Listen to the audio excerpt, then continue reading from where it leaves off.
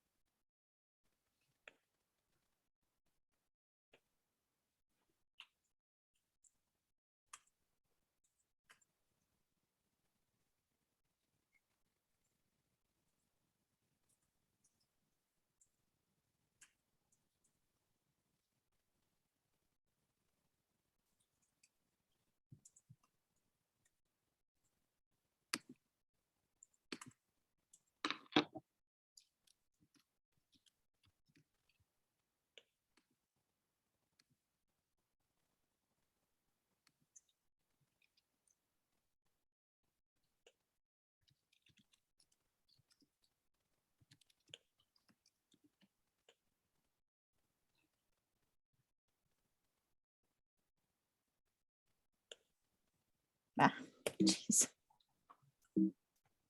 How do I go backwards? There we go.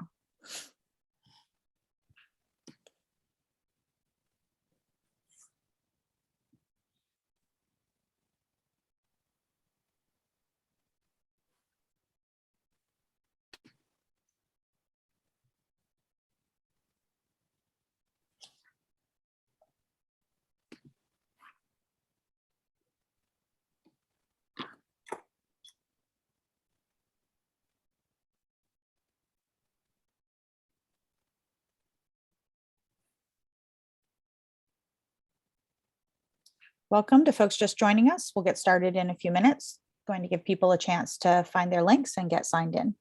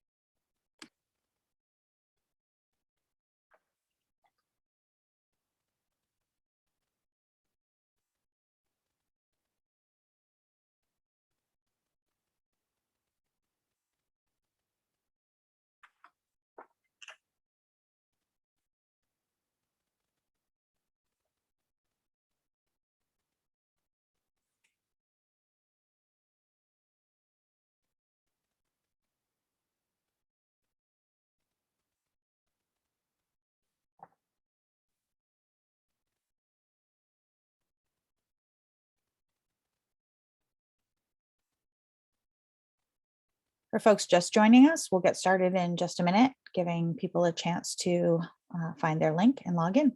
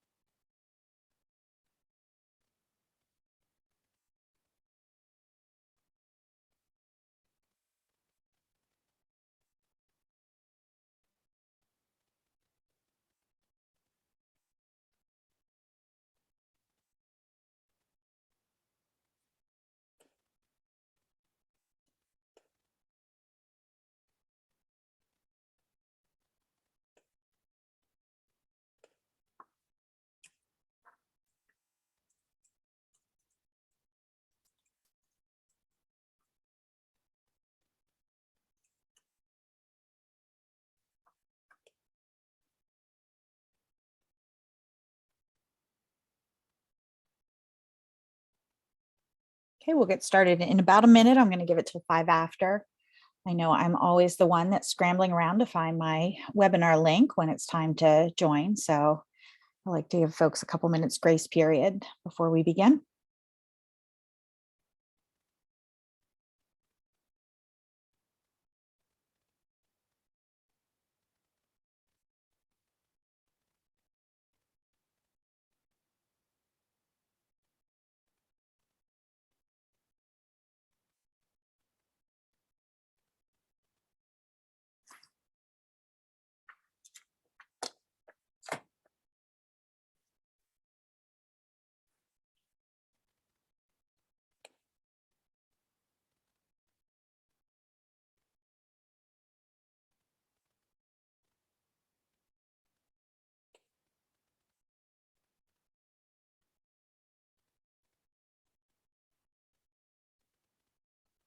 All right, great. Thank you everybody so much for joining us. This is How to Start a Food Rescue webinar. I am Jennifer England. I am the Senior Director of Partnerships at Food Rescue Hero. Food Rescue Hero is a organization that was founded out of a working food rescue organization. We started 412 Food Rescue in 2015. And from there, we developed a technology that would help us grow and scale and really make it easier for us to have the impact that we wanted to have. We've worked with a number of other organizations starting their own food rescue. And so we have not only our experience to draw from, but those of many of our partners who started food rescue from the ground up. And so we're bringing those learnings to you here today. I'm going to ask you to keep all of your questions until the end of the webinar, and then we will go through and address them at that time. So you're all here interested to start a food rescue because you know that 40% of the food that we produce goes to waste and 1 in 6 people face food insecurity. Those are really critical numbers, and that's a really important study or a really important pitch to be able to understand and make to potential supporters. As you get ready to start a food rescue, what I suggest you do, if you haven't already, is really practice and internalize talking about food rescue, why food rescue is important, what the impact it can have is, and why people should support your organization, whether they're financial donors, volunteers, food donors, or nonprofit partners. And that's where it all begins. I think before you really start creating your food rescue organization, or as you're creating your food rescue organization, make sure you really understand the ins and outs of food waste, food insecurity, and how food rescue can be a bridge between those two problems. The other thing to know is that food recovery is really difficult. Food recovery is not something that you can just, snap your fingers and make happen. And the reason why it's so difficult is that food waste happens in a highly distributed network. In order to really solve food waste, by rescuing food and getting it to people who need it, you need to address the fact that food waste is happening in hundreds, thousands of locations across your area every single day. So this, for example, is a map of just the Walmarts. Imagine you add all of your grocery stores, whether it's an Albertsons, a Kroger's, a Giant Eagle, or some other grocery store, your convenience stores, your restaurants, your fast food restaurants, universities, stadiums, hospitals, all of the places that food is being wasted every day. That's where your food recovery organization, your food recovery efforts are going to focus, is on getting that wasted food to people who need it. But again, it's happening across a highly distributed network. It requires many, many rescues every single day in order to truly attack the problem. A traditional distribution model of facing food insecurity is the hub and spoke model. It is picking up large quantities of food in a truck from a distributor, trucking that to a warehouse, and then trucking it from there to a distribution center, such as a pantry. This doesn't really work for small quantities of food, for highly perishable food, for food that's happening on an unpredictable frequency, and especially in that highly distributed network. Sending a truck every single day to every Walmart, every grocery store, every restaurant, fast food chain, all of those places we've just mentioned is not very economical. It's very difficult. And so that's why we look to food rescue to solve this problem. Food rescue actually optimizes direct transfer. So using volunteers, we pick up food at the donation site, whether that's a grocery store or other small retailer, and then we take that to a place where it can be distributed. A nonprofit partner such as a soup kitchen or a pantry, but also to direct distribution partners like housing authorities and other direct distribution sites. Food rescue, therefore, is transformative. It's a different way of solving the problem, both of food waste and of addressing food insecurity. And understanding that pitch, understanding that reasoning is really important in as you get started in selling your vision to people who can support you and help make this happen. So to start off, make sure you do your research. Is there already a food rescue organization in your area? And you want to look for somebody who is specifically doing food rescue at scale, not say a pantry that is picking up from a grocery store or another hunger organization that is picking up from a location or even 3 locations. Food rescue is really focused on being the bridge between food waste and food distribution. It's focused on transporting that food and bringing equilibrium to the system to make sure that everyone who needs access to that wasted food can get access, or that surplus food, I should say. Second, you want to decide on whether or not to be a 501c3. If you want to be a nonprofit, there's a lot of benefits to that. You've got tax advantages because of the exemptions and deductions. You're eligible for grants and private sources of funding. You have limited liability because the Bill Emerson Good Samaritan Act actually protects nonprofit donors who give to nonprofits. Therefore, you become a nonprofit, which a donor can give to with 0 liability. And of course, as a legal entity, it ensures the nonprofit mission is above personal interest. This does take planning, timing, time, effort, resources. You have to develop reliable income streams. You have to report upon some rigorous standards to the IRS annually. And it does require shared control with others that are all subject to the bylaws of the regulation. So it sort of takes it out of being your own personal passion project. So that's something you really want to think about when you start is where do you want to fall on that spectrum? And there's, both advantages and some difficult considerations on whether or not you want to form a 501c3. Once you have that all sorted out in your mind and you've decided how you want to proceed, there's some things that I want to suggest can help you really be successful. First of all, be serious. You can end hunger. Food rescue has the capacity to end hunger. There is so much surplus food, 40% of the food that we're producing going to waste. Rescuing all that food globally would end world hunger 4 times over. So if you are really, really efficient and impactful and expansive in your food rescue operations, you can end hunger. So, really go for that. Go for that gold. Plan that from the start. Second of all, trust is currency, and you need to be establishing that trust from day one.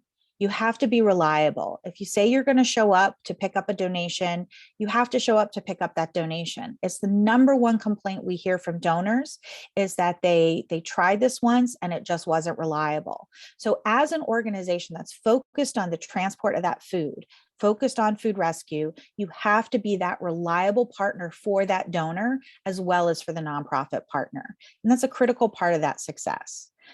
That trust also means focusing on food safety, know food safety standards inside and out. When we started, we all became Serve Safe certified. I suggest that's a great starting place. Go get yourself Serve Safe certified so you understand what is necessary to transport food safely. And then you have that to take to your partners and say, yes, we have built our operations based on Serve Safe standards. That should always be something that you can promise your donors and your nonprofit partners. And finally, dignity is paramount. Remember that the people that you serve are as important to you as your food donors and your volunteers. They're the ones that need the food and are helping you make an impact. Food rescue should always be conducted with dignity and respect for the people who are receiving the food.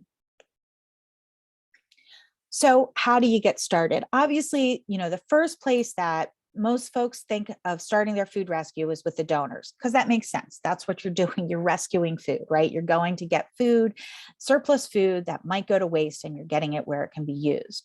So really understand what your pitch is to the donor. What benefit do you bring them? And there are a number of benefits that are potentially attractive to donors. But remember, they're not all going to be attractive to every single donor. For example, zero waste goals. A lot of corporations have zero waste goals written into their annual plan. They have sustainability officers that are there to make sure that the company is running as close to zero waste as possible. For them, your ability to help them reach those zero waste goals is really attractive. But smaller businesses, local retail chains, they are not focused on that. They're worried about, turning a profit, staying in business, having a good reputation in the community. For them, it might be the PR and community relations. It might be the fact that it's the right thing to do, or it could be the fact that you can save them money on their waste disposal. So really understand what the benefits are for donors and what you can do for them. When you go to talk to the donors, ask some questions and hear them out and find out what their reservations are. What is it that's important to them? What is that worries them? And you have this pool of information to pull from to answer those questions and address those concerns. And that's how you can involve them in food rescue in a really reliable and sustainable way. You're still going to hear objections. Be ready for your objections. Be ready to answer all the objections. But the number one thing you're all going to hear is, but I already donate. Food rescue organizations pick up food that other organizations don't. So for example, food rescue tends to take soon to be expired products like dairy or even sandwiches or cut fruits and vegetables. We take damaged produce that is blemished and doesn't look good. We take prepared food, and not every organization will take these. In fact, a lot of grocery stores that donate only donate frozen meat and non-perishables, and usually bread as well. But they don't donate produce. They don't donate dairy. So there's a world of opportunity there. So you want to go in and find out what's really happening in that store. Don't take a potential donor's no thank you as the end of the conversation. Use it as a launching point to find out what are their concerns, what are their misperceptions, and how can you talk around them. And remember, food rescue is the and, not the or. Offer to work alongside any other existing programs, because again, most grocery stores already have some community partners and they do not want to disrupt those relationships. They mean a lot to the stores. Many of them have had those relationships for years and they get a lot of goodwill from it. And so if they perceive that you're coming in to take those rescues away, or that's your goal, they're immediately going to be defensive. Just be the and, not the or, and you will overcome those objections pretty readily. Now, donors are only the first part. We often say here that food rescue is a three-legged stool. It's food donors, it's volunteers to transport the food, and it is the nonprofits that receive the food. If any one of those legs is way bigger or way shorter than the other, the stool is going to tip over. So as you're getting ready to start a food rescue, don't just think about the donors. Think about all three legs of that stool. Oh, you know what? I'm sorry. I forgot about this slide in the middle. I got ahead of myself. I got so excited to talk about the three-legged stool. I want to go back to the donors for a second, the food donors. Once you get that yes, do not walk out of that store. Set up a day and a time, find out the information from them to get you going. If you can, schedule the first rescue immediately. Set it for, even if it's next week or in 2 weeks, set that date so that you have a concrete next step and it doesn't just fall by the wayside. Grocers in particular are very busy. And right now, I think industry-wide, there's some staffing issues and supply chain issues. So once you get that yes, you need to make it as simple for them as possible to move forward. Get all the information you need to make the pickup perfect and easy for them, and then set that first donation so you can get started. Keep it simple for the donor, work within their schedule, and get rolling. Then we get to the three-legged stool. You're going to find out very quickly that you need more food distributors than you think. adding a whole bunch of fresh food into the system that hasn't been there before will really stretch the limits of organizations that are already doing hunger security work. If you think about it, pantries have their regular sources of food and they may need more. They're certainly always looking for more donations, but they have a supply chain. If you suddenly add hundreds of pounds of produce to their supply chain every week, they're not really going to be able to distribute it, most likely. So you're going to have to look to expand your network. Not to mention the fact that they have limited operating hours and oftentimes don't distribute on weekends, maybe only distribute once a week, once every 2 weeks. You need someone who can take food now, not tomorrow, not by appointment, but when you call them and say, oh my gosh, a caterer just called, they had a wedding canceled, and I have, 10 pans of chicken piccata that I need to find a home for. So what we've done and what a lot of our partners have done, and maybe you've already started doing this, is look for places where people that need food are already going or already being. Subsidized housing, housing authorities, senior high rises, Head Start programs, family support centers, WIC offices, job training programs, all sorts of places where there are people that are already going about their daily business who need food. Those folks can take food on a lot broader of a time frame than most pantries. So if you have food on a Friday afternoon, subsidized housing is a great place to take that food. A senior high rise, perfect place to take food on a Saturday because people are already there. They're there to receive the food, they're there to distribute it, and they're there to eat it. This also has the side effect of increasing food access. And this is where we talk about food rescue as being transformative. For people who are food insecure, getting to a pantry when it's open can be a struggle. Oftentimes they have to take 2 buses to a grocery store or make sure that they're not working on Tuesdays and Thursdays afternoon so they can go to the pantry. If they're getting a bag of groceries when they pick up their children, if they're finding food in the refrigerator of the community room of their housing site, that is one less step they have to go through to get healthy, nutritious food easily and quickly. So again, here's the opportunity to see food rescue transforming what food access looks like. And as you begin to talk about food rescue with potential supporters, fold this into the conversation. Talk about your unique distribution sites, talk about how you're increasing access for people who otherwise, would have to potentially struggle or go out of their way to access food. When you work with these sites, though, you need to let them know that food rescue is different than a food bank. So they don't put in an order and wait to get exactly what they look for. It can be something that happens, ad hoc, right? At the last minute, when you get the call from the caterer who somebody just canceled an event. It could be every Tuesday, but it's not enough. It's a donation from a grocery store, and it's maybe 100 pounds, not 200 pounds, which is what's needed for the entire housing unit. But it happens every Tuesday. And so the folks that need food on those Tuesdays can just come down and get it, and they know it's there. So you need to let your nonprofits understand how you work, what the benefits are of working with a food rescue, and that they need to be available and ready to accept food on that sort of unique and different distribution schedule.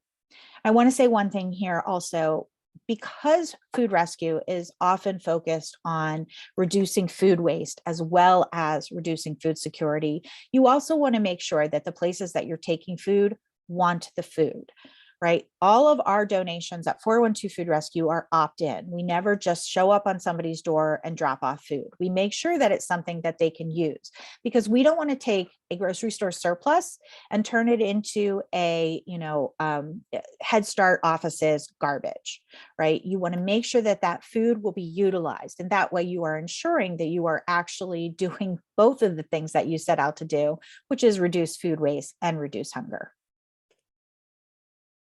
And then, of course, the third leg of the stool is volunteers. Volunteers are critical for transporting food in a highly distributed network, and volunteers can increase your capacity tremendously. Having one staff person go around and pick up food from all of your donor locations certainly helps you be reliable, but it doesn't help you grow and expand, at least not economically. Most of us are 501c3s. We do not have an unlimited budget. We're always trying to do more with less, and volunteers do let you do more with less. A lot of people are nervous about using volunteers for food rescue, but I'll tell you, all you have to do is ask. People are willing to volunteer. We have an incredible response every time we reach out and look for volunteers proactively. We've had 41,000 downloads of our app in 16 cities, and we have just thousands and thousands of people who have registered to do a food rescue. And that's just by asking. You know, we're not offering incentives, we're not twisting anyone's arms. They don't get anything out of it other than the joy of, you know, helping to end hunger and food waste. And that's an incredible response. And I think you'll find too that if you reach out to your networks, people will volunteer. So how do you be heard when you ask? And of course, there's all the, I want to say, traditional ways like social media. That was a quick 20 years that made social media a traditional form of communications. There's also earned media. Every time we have a news article or one of our partners has a news article, we see downloads of our app spike. So you want to make sure that you're out there highly visible, asking people to volunteer, going to events, tabling at festivals, but also word of mouth. Make sure your volunteers are also asking other people to help, and make it easy for people to volunteer with you. Make it easy for them to sign up. For 412 Food Rescue and Food Rescue Hero partners, we have an app that's easy to download and easy to register and get started on your rescue right away. You want to do something similar, whether it's a link that they can sign up from and that they will hear right away about opportunities, or get a phone call, or some other way to get them on the list and get them active quickly. When somebody says, yes, I want to volunteer, don't let that opportunity get wasted by letting it sit for too long.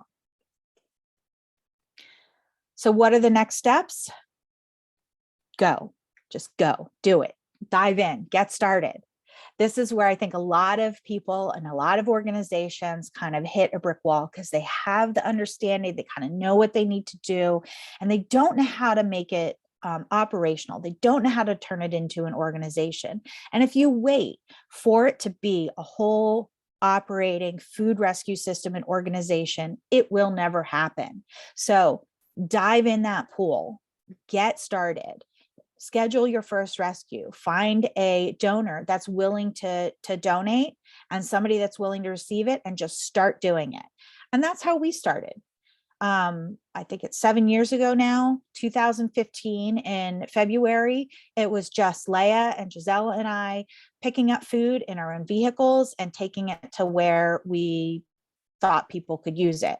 And from there, we've grown to a multi-million pound rescue organization. We've rescued 20 million pounds in the intervening years, and have thousands of volunteers who have helped us. You have to take that first step. So don't be afraid to start, even though everything is not perfect and you don't know exactly what you're doing or where you're going or how this is going to work.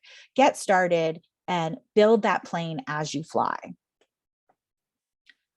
Once you get that started, once you have a lot of the pieces together, plan a launch. A launch makes it real. Oops. A launch makes it real. Have an event, invite the media to it, invite your volunteers, have a reporter do a ride along on a rescue, do something to announce to the world that you exist. It's a little bit of fake it until you make it, but not really. What that generally means is that you can't make it until you take all these intervening steps. But if you don't take those steps, you're never going to get there. So call yourself a food rescue organization, get started doing some rescues, and launch it. That will also allow you to get volunteers, donors, nonprofit partners. You've got something to point to. You've got, a name, you've got a brand, you've got a social media presence. You potentially have news articles that you can show that demonstrate the realness of your project. Then create a plan. What is that first year going to look like? Who are going to be your donors? How many donors do you want? Map that out. Is it feasible? If you say I want 200 donors after the first year, at the end of the first year, what does that mean for onboarding every month? How many donors do you have to get every month? Can you do that? Can you do that alone or with the staff that you have? Set yourself ambitious but reasonable goals. And the reason why I say you absolutely should create a plan with ambitious but reasonable goals is you want to do a temperature check along the way. Every month, every 2 months, every quarter, look and see where you're at. Are you progressing? Are you getting donors? Are you getting nonprofits? Are you getting those volunteers? How far are you along your goal to your weight?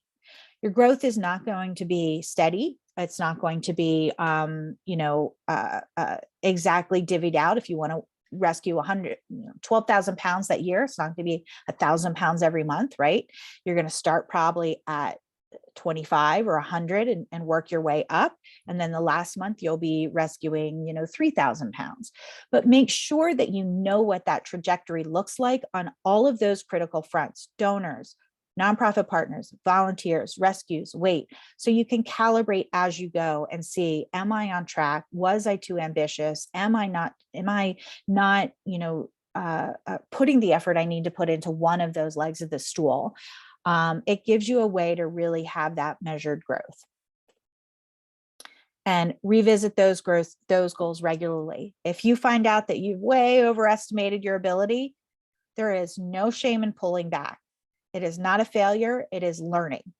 200 I'll tell you right now, 200 new donors in a year for a new organization. Don't do that.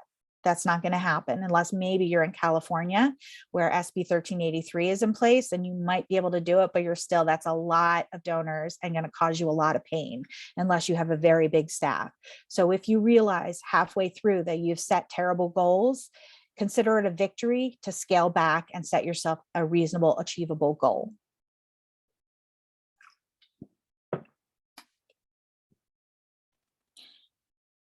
As you go, as you start, be focused on data. Data is critical. And this is the piece that a lot of organizations forget at the start. I mean, I know I certainly did. Our first year of data is terrible because we started our first rescues in February of 2015, and I didn't start writing them down until September of 2015. And so I had to go back and I had to look at pictures and I had to look at text messages. I spent a lot of time trying to recreate what our history of that year was. And I know I missed stuff. I do not have a full and accurate reporting of our first year in business. And it would be very helpful if we had that from the beginning. So remember to collect data from day one. It is super important. You need that good data for your financial donors. That's how you're going to make your case to people who want to fund your operations, to the media. That's how you're going to say, hey, this is exciting. Look at the impact we're having locally, to your volunteers and to your food donors. It is a lot different to say, yeah, we rescued a whole lot of food this year versus we rescued 4.6 million pounds of food this year. We distributed 3.8 million meals.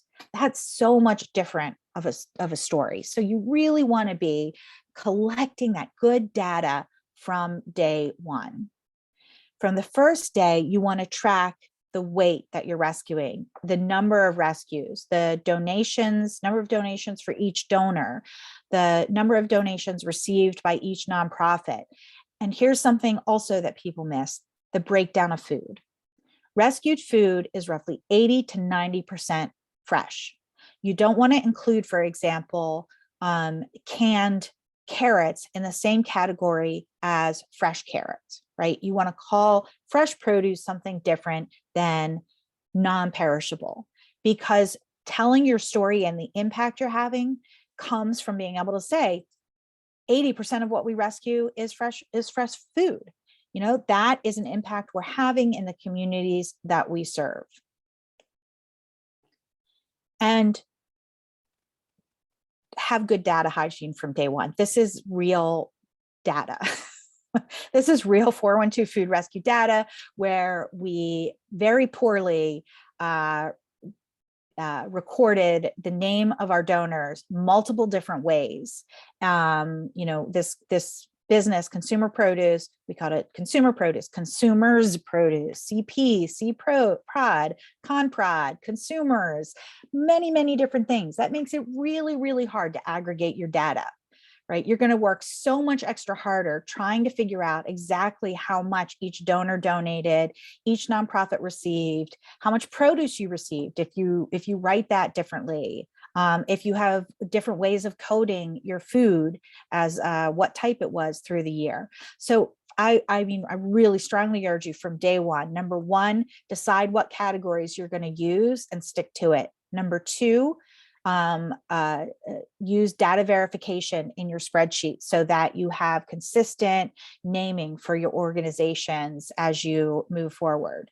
And remember, how you write that is how that's going to look in your reports.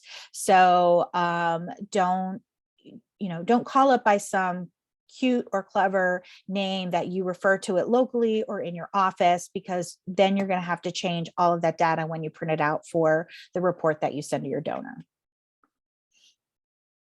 And with all of this data, then you can tell your story, and you want to be doing this from day one. We just did our 10th rescue. We just did our 100th rescue. Our 20th volunteer just volunteered. You can use that from early on as a great source to show your growth.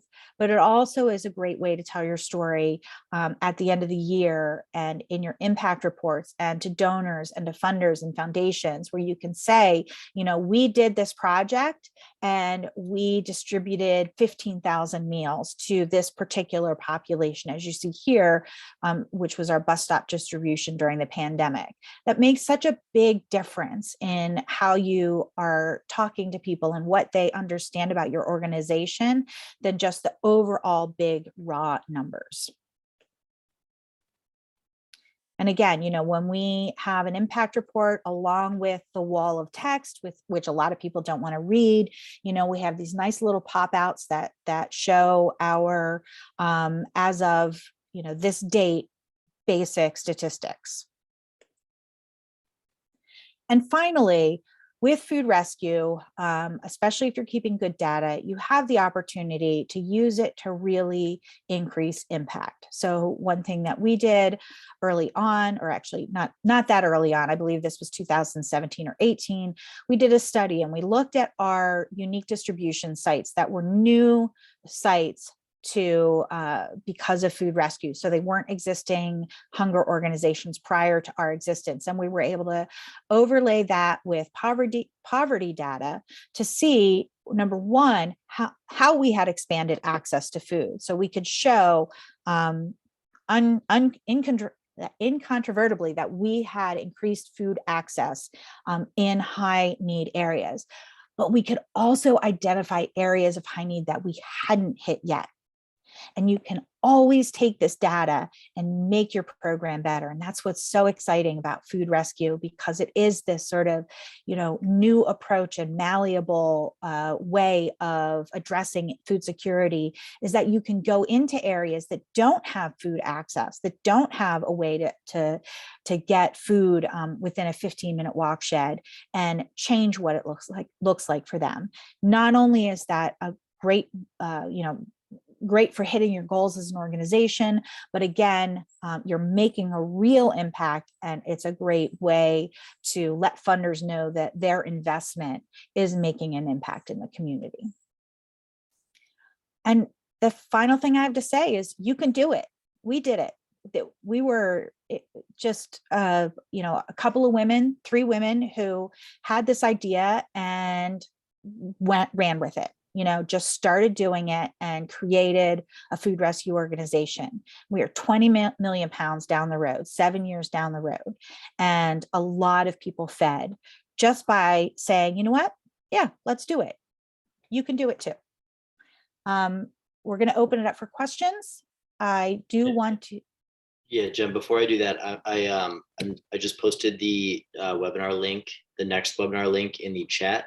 Do you want to plug that a little bit?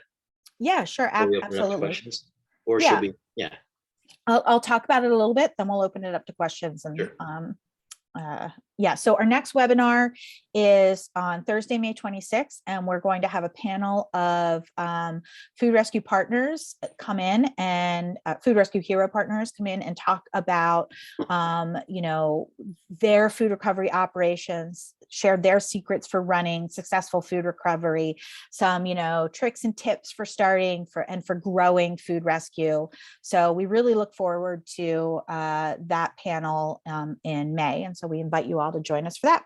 And with that, I will go back to Jake and Yep. And I'm going to post Jen's email address on our website in the chat as well, just so that you have that. And now we'll get into some questions. So Umi Feeds, I see you asked a couple questions. The first two had to do with kind of income and profit. So the first, I'm wondering how to make income streams from food rescue, and also I just want to learn how to make this sustainable and make income from it. Also income aside from grants. Yeah. So, I mean, nonprofits obviously rely heavily on grants. That's one of the main sources of revenue for nonprofits. But using volunteers as your transportation network has the advantage of having all of these people that want to support you financially as well. Our food rescue heroes definitely are some of our donors, and some of our big donors are food rescue heroes, because they are so impassioned about the cause after they do some rescue. So turning your volunteers into donors is another great source of income. We also get a fair amount of money from events. Here coming up, we have the marathon, and we have a number of runners running the marathon for us. I know that there's one organization in town that gets like $100,000 or more from the marathon. I don't think we get that much, but it can be a very good source of income. And so those types of events, but you can also do other smaller events, such as, you know, ticketed dinners with restaurant partners that are happy to donate the food and their services for the event. We've done a number of those. We lately have been doing a online event called Yin Citizen, which is making light of the fact that in Pittsburgh, instead of saying y'all, we say yins. And it is an online event with local celebrities, musicians, and, you know, other actors that are from the local area, as well as notables. It's a lovely event. We make a lot of money from that. Jen, I don't think you mentioned partnering with university philanthropies. One of, I know in Pittsburgh, Carnegie Mellon's, they have an event where the university students, I think it's a kind of a singing contest or some sort of talent show. And I think it was upwards of $100,000 one year that they raised. Yeah, it was a crazy amount of money. Right. So universities can be a really powerful philanthropy partner. Yeah. And also, I want to add that we do some product innovation for fundraising. So this is my favorite. We've partnered with several breweries, and we've made beer. And so they've taken wasted product, usually bread, because bread, I mean, we all know there's so much bread in the world. And they'll make a beer, they'll sell it, it'll be co-branded with their branding and our branding, and then we'll get a portion of the proceeds. But we've also done things where we have an overabundance of produce that we just can't get rid of in time. Ripe bananas is a good one. After a rained out 5K, we had like 9 pallets of ripe bananas, which is a terrible amount of bananas. And we were able to use that to create an ice cream with a local ice cream shop, as well as a beer. Thanks. Umi also asked, is there a template to ask for food from different food sources? I'm not sure what you mean by a template. Do you want to expand on that?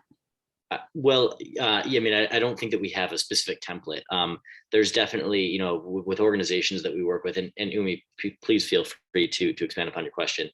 We definitely do work with our organizations that we're partnering with, food rescue organizations that we're partnering with, to coach them on how to approach food donors whether it's, a giant corporate grocery store chain or, a smaller mom and pop convenience store. But because so many donors are so different, there's not exactly a template. Right. And I see you typed, how do you go about asking for food? Yeah. So I want to reiterate what Jake said, is that it's really important that that you're meeting the donor where they are, right? You understand what their motivation is and what their reservations are. And so I find that cold outreach doesn't do much except maybe get them familiar with you. So when you go in, you don't have to 100% explain who you are. I like in-person meetings or phone calls with donors because I like to feel them out and find out, what concerns do they have? What reservations do they have? There's standard ones. We'll get sued. They need to know about the Bill Emerson Good Samaritan Act, right? That's obviously the big one. It's too much effort. We don't have anything, right? All of those, there's some standard objections you hear. Having canned answers ready to go for those is critical, but it's more of a conversation to find out, like, what are their pain points? What are they concerned about? We find with grocers a lot, they've worked with organizations that have been picking up and then just stopped coming because maybe their volunteer got sick or their staff driver quit or something like that. And they feel like they've been burned. And so being able to talk to them about how you're going to not do that and you're going to avoid, the same pitfalls that they have experienced before is really critical. And I never take no for an answer. Yeah, so Sumi, I see you typed, we already give to a food bank, ... as if that's what they say. Yes, that does happen a lot. We are the and, not the or.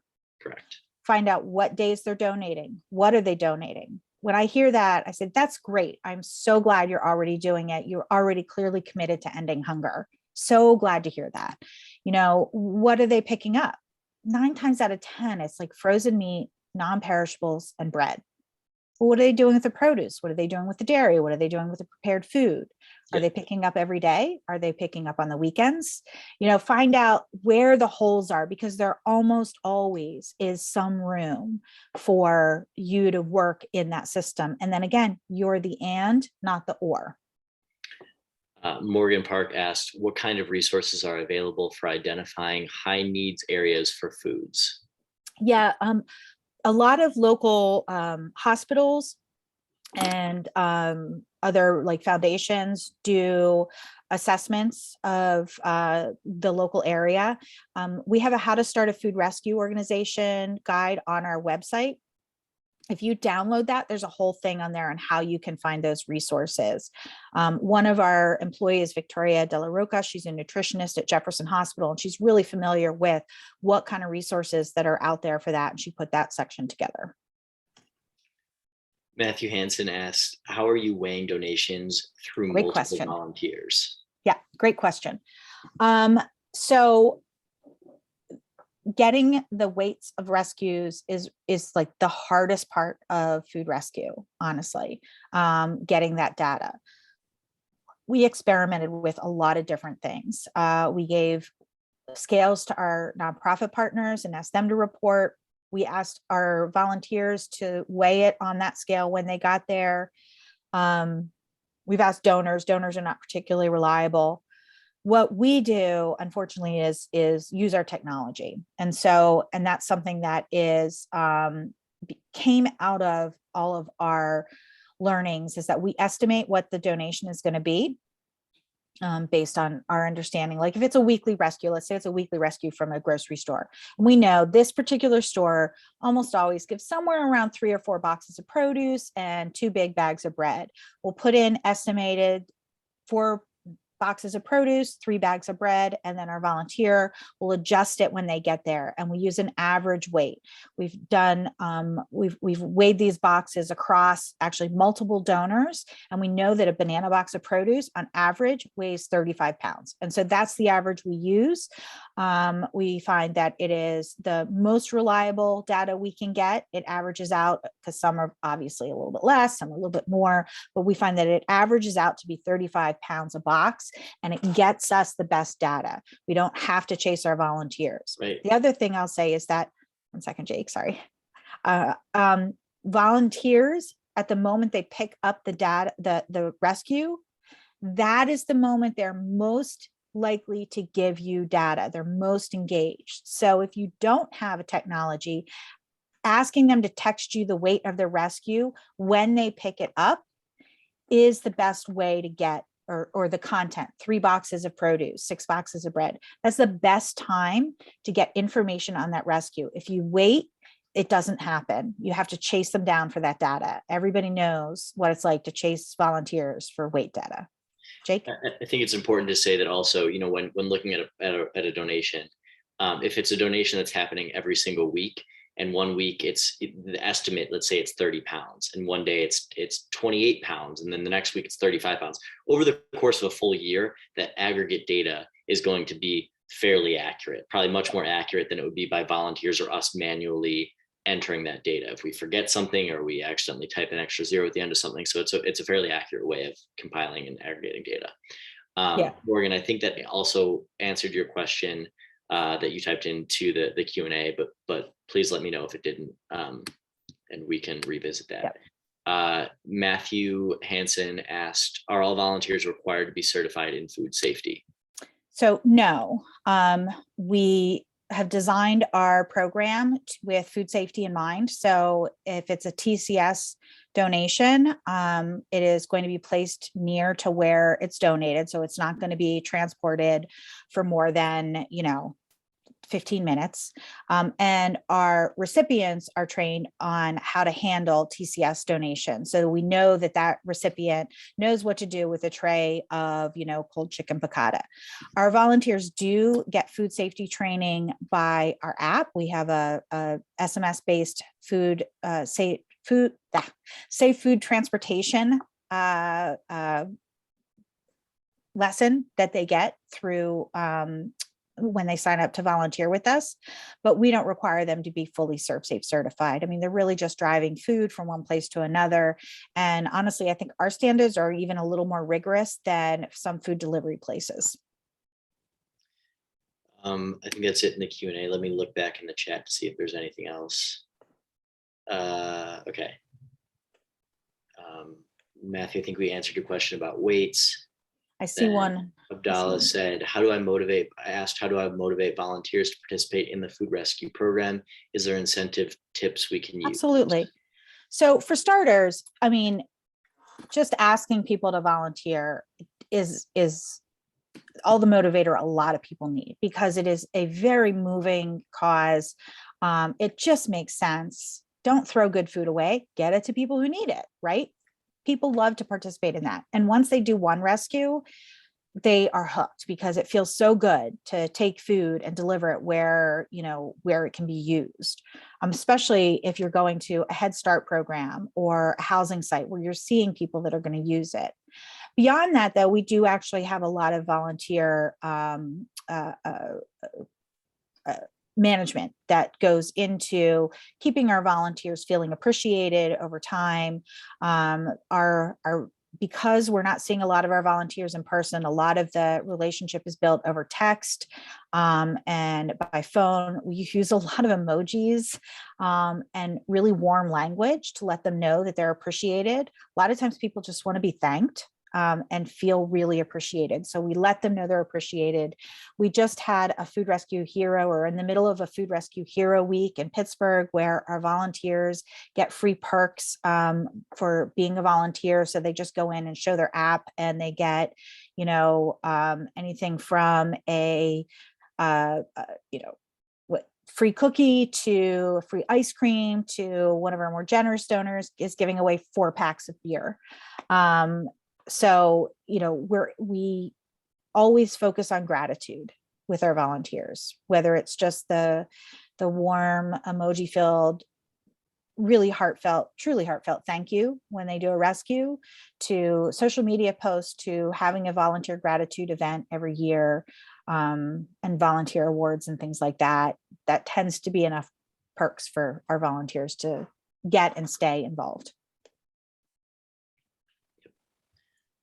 Looks like there are no additional questions or anything in the chat. I did post the webinar link again, just so it was at the bottom of the chat. Go ahead and check that out. Next month will be hopefully exciting. You'll get some fresh faces and speakers there, panelists. Yep. And I'd like to encourage everybody, if you haven't started a food rescue at all, our guide is on our website. And if you have and you want to take a look at it, it's a great resource. We have webinars every month. A lot of them are focused on things like how to get food donors, having panels of food rescue organizations. So keep an eye on those. And if you ever want to reach out and just get to know us, say hi, you can email me at jen@foodrescuehero.org. And if anyone will be at the ReFed conference in Minneapolis, I will be there. Please look for us. Our whole team will be there. Well, not our whole team. Sorry, Jake. Will not. not our whole team, sadly, but I'll be there, and I'd love to see anybody that's there. All right, great. I will see you there. Let's connect. All right. Well, thank you so much, and take care, everybody. All right, Missoula. Hope to see you, Missoula, Montana, in the future.